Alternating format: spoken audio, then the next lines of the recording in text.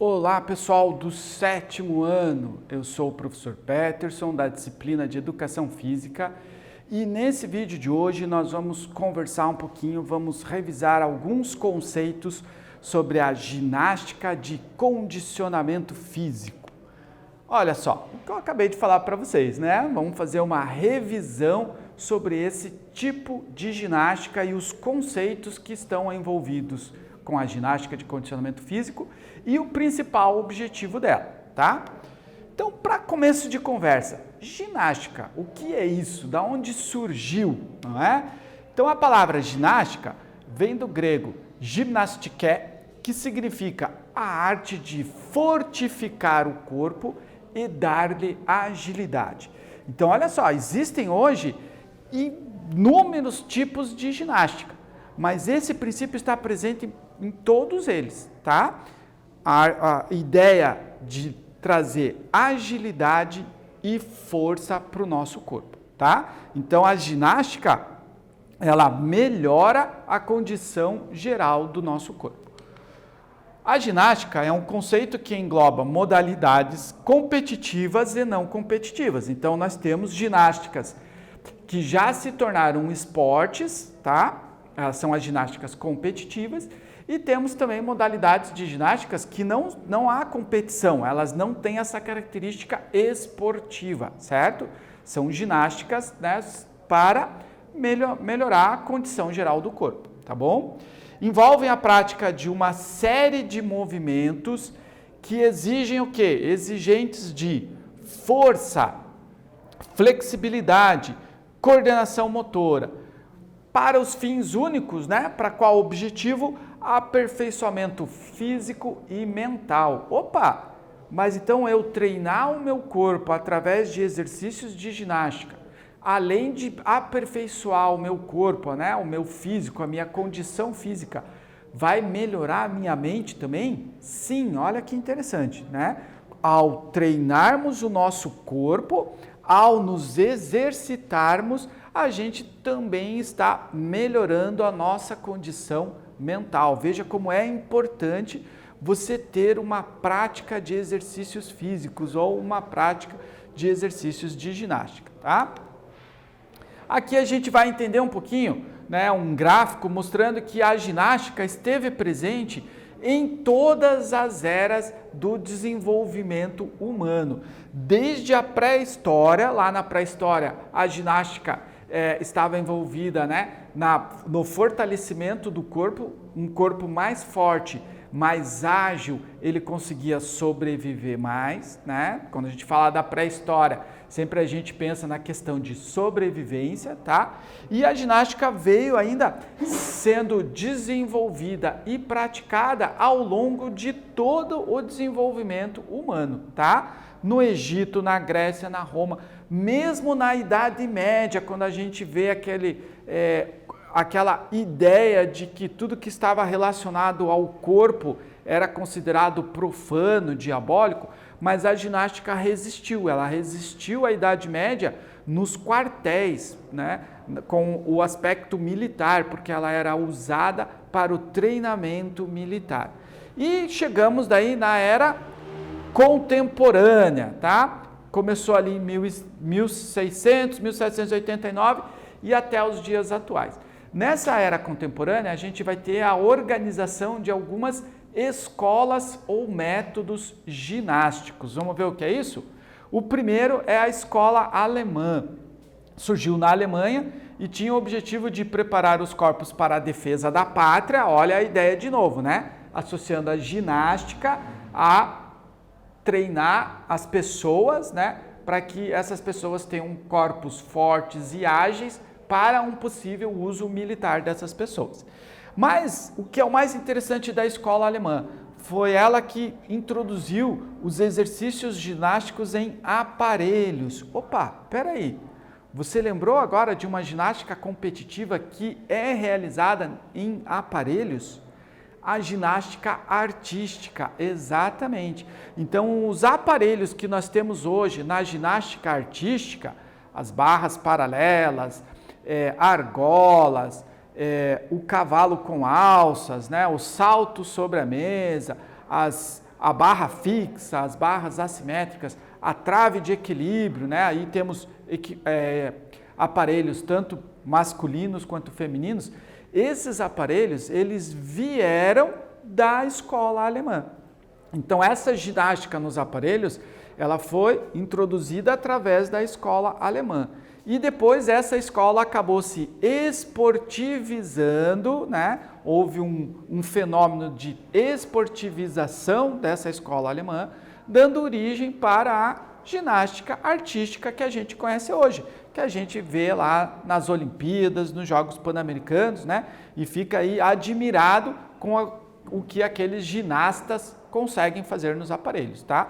Então, aqueles aparelhos saíram aqui do nosso método de ginástica da escola alemã. Outro método foi a ginástica sueca.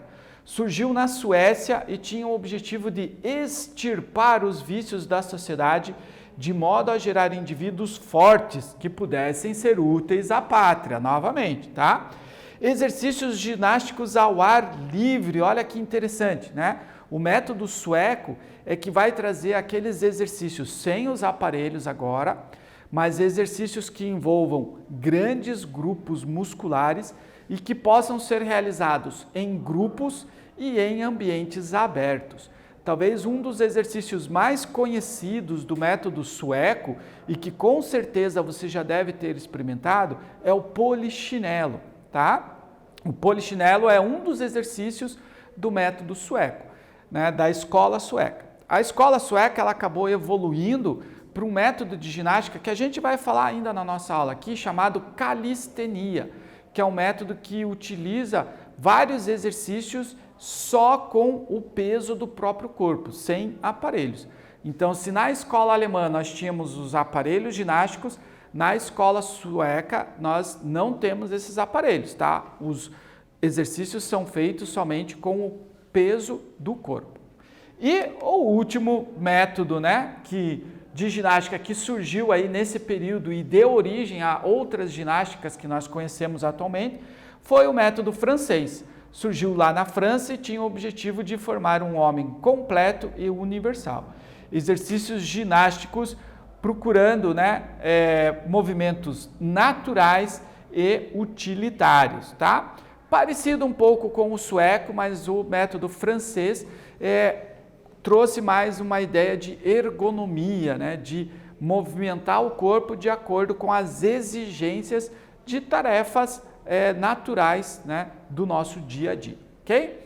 Então esses foram os 3 grandes métodos de ginástica. A partir desses 3 métodos, a ginástica começou a criar vários ramos de desenvolvimento. Hoje nós temos muitas aplicações na ginástica, né? Ginásticas esportivas, várias ginásticas de academia, ginásticas laborais. Nós temos a antiginástica, que é uma ginástica para tentar, né, trazer mais a ideia de repouso, né, e de autoconhecimento. Aquelas ginásticas laborais, que são as ginásticas voltadas para os trabalhadores, para melhorar a condição de saúde dos trabalhadores. Então temos aí inúmeras formas de ginástica. E dentre dessas nós temos a ginástica de condicionamento físico, tá? Que é o que nós vamos conversar agora. O que é a ginástica de condicionamento físico? A ginástica de condicionamento físico, ela envolve aí aspectos de flexibilidade, resistência e as sensações relacionadas ao nosso corpo. Então, quando a gente fala de condicionamento físico, nós estamos falando de uma melhor condição de flexibilidade, de resistência e de reconhecimento das sensações corporais. Qual a finalidade? Finalidade única de melhorar o nosso desempenho nas nossas atividades diárias. Então, a ideia é que possamos ter um melhor condicionamento físico para que possamos desenvolver melhor as nossas atividades diárias. Assim, não vamos chegar no final do dia tão cansados. Primeiro exercício nosso, então. Na idade contemporânea, surgem as primeiras sistematizações de ginástica através do movimento ginástico europeu, dando origem às escolas de ginástica. Você lembra quais são? Então anote aí e daqui uns minutinhos a gente volta para corrigir.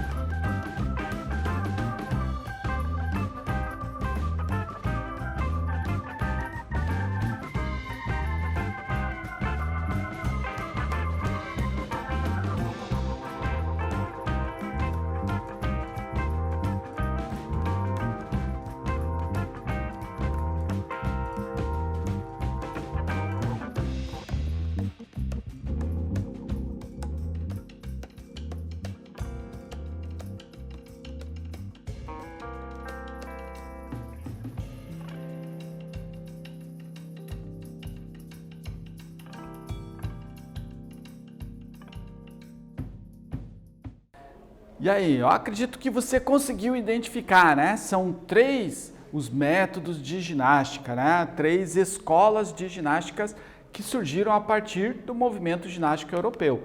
Olha lá, as escolas alemã, sueca e francesa, como a gente conversou, tá bom? Continuando então, vamos falar agora daqueles aspectos lá da nossa ginástica de condicionamento físico. Então vamos começar pela flexibilidade. O que é a flexibilidade? É a capacidade de aproveitar as possibilidades de movimentos articulares os mais amplos possíveis em todas as direções. O que são os movimentos articulares? Aqueles movimentos que acontecem nas nossas articulações.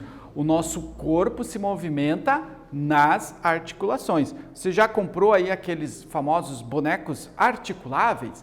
Aqueles bonecos imitam os movimentos do nosso corpo. Então, o nosso corpo se movimenta aonde nós temos as articulações, também chamadas erroneamente de juntas, tá? Então, agora você sabe que nós não temos juntas, nós temos articulações, tá bom? Então, é ali que o nosso corpo se movimenta.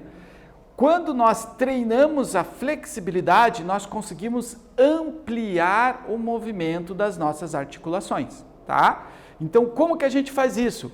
Uma forma é através do exercício de alongamento. Então, o alongamento é uma prática recomendada para todos, dos sedentários aos atletas, para melhorar a nossa flexibilidade. Então, quando nós alongamos a nossa musculatura, quando nós temos músculos mais alongados, nós melhoramos o nosso movimento articular, nós conseguimos ampliar o nosso movimento articular e com isso nós melhoramos a nossa flexibilidade, beleza? Então a gente treina alongamento para melhorar a nossa flexibilidade. Alongamentos, então, são exercícios físicos orientados e voltados para a melhora, para o aumento ou a manutenção da flexibilidade muscular, que promovem o estiramento das fibras musculares, esticam as fibras dos nossos músculos, fazendo com que elas aumentem o seu comprimento. O principal efeito é o aumento da flexibilidade. Então, o alongamento deixa os nossos músculos mais longos e como eles ficam mais longos, eles se tornam mais flexíveis, aumentando o nosso movimento articular. Beleza? Essa é o principal conceito de flexibilidade. Como que a gente melhora a flexibilidade? Treinando alongamento, tá bom? Agora a resistência. O que é a resistência? É a capacidade máxima que o seu corpo tem para realizar atividades que exigem esforço físico, tá? Então a resistência ela está ligada à capacidade que nós temos de realizar um esforço físico, um exercício físico e manter essa realização do exercício físico. Por exemplo, um corredor de maratona. Ele precisa correr 42 quilômetros e ele tem que manter o seu ritmo de corrida por todo o percurso, tá? Então, o que ele precisa para conseguir concluir o percurso? Resistência muscular, porque ele ficará 42 quilômetros, isso dá em torno de 2 horas em movimento físico, né? Realizando o exercício, movimentando o corpo. Para que ele consiga completar o percurso, para que ele não pare no meio do caminho, ele precisa de resistência muscular. Então, resistência muscular é a capacidade que o nosso corpo tem de fazer exercício físico e manter esse exercício físico ao longo do tempo, tá bom? Uma forma de melhorar a nossa capacidade de resistência é através da calistenia. Então, a calistenia é um conjunto de exercícios físicos onde se usa apenas o peso do próprio corpo. Então, a gente não vai usar nenhum equipamento, nenhum aparelho.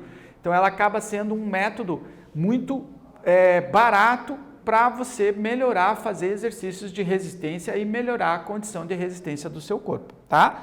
A calistenia desenvolve habilidades como equilíbrio, noção espacial, flexibilidade e resistência, tá?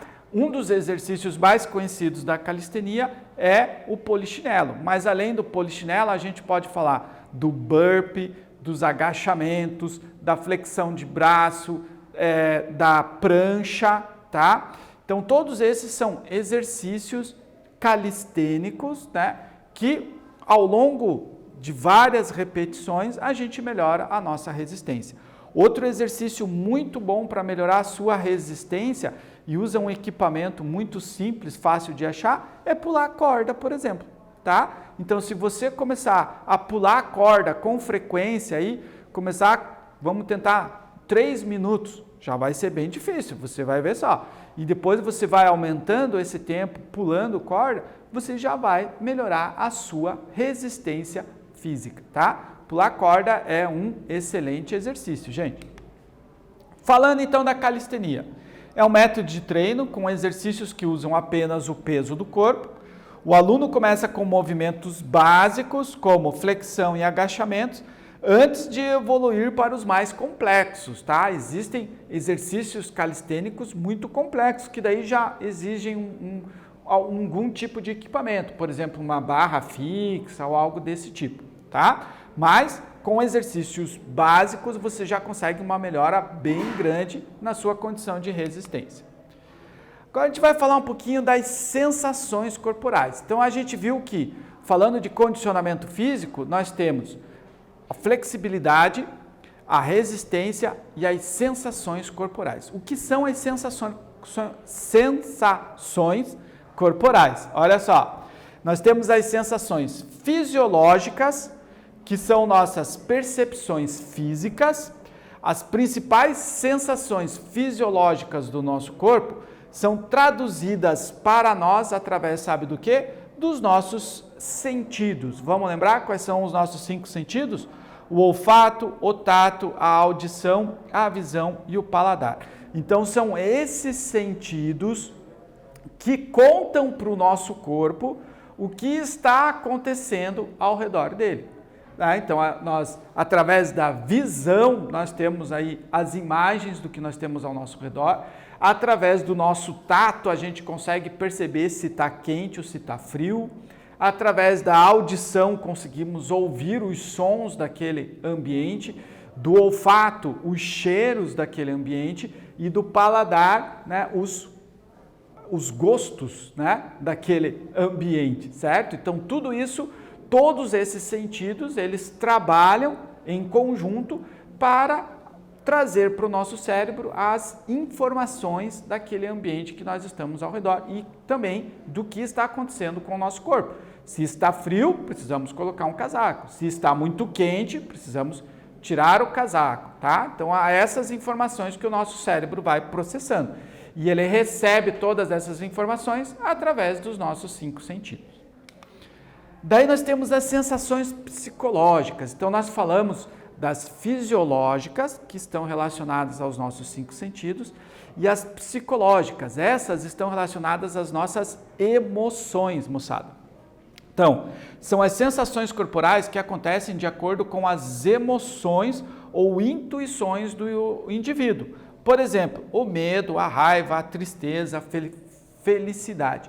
Mais ou menos o que você tenta fazer com os emojis, né? Quando você manda emojis para os seus amigos aí através da rede social, você está meio que passando para ele, dando uma ideia para ele de qual é a tua emoção naquele momento, certo?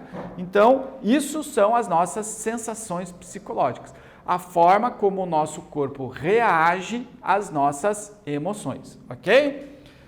Segundo exercício, então, qual é a finalidade para a prática de uma ginástica de condicionamento físico? Por que que é legal a gente exercitar o corpo e praticar ginástica de condicionamento físico? Responda aí, a gente volta logo.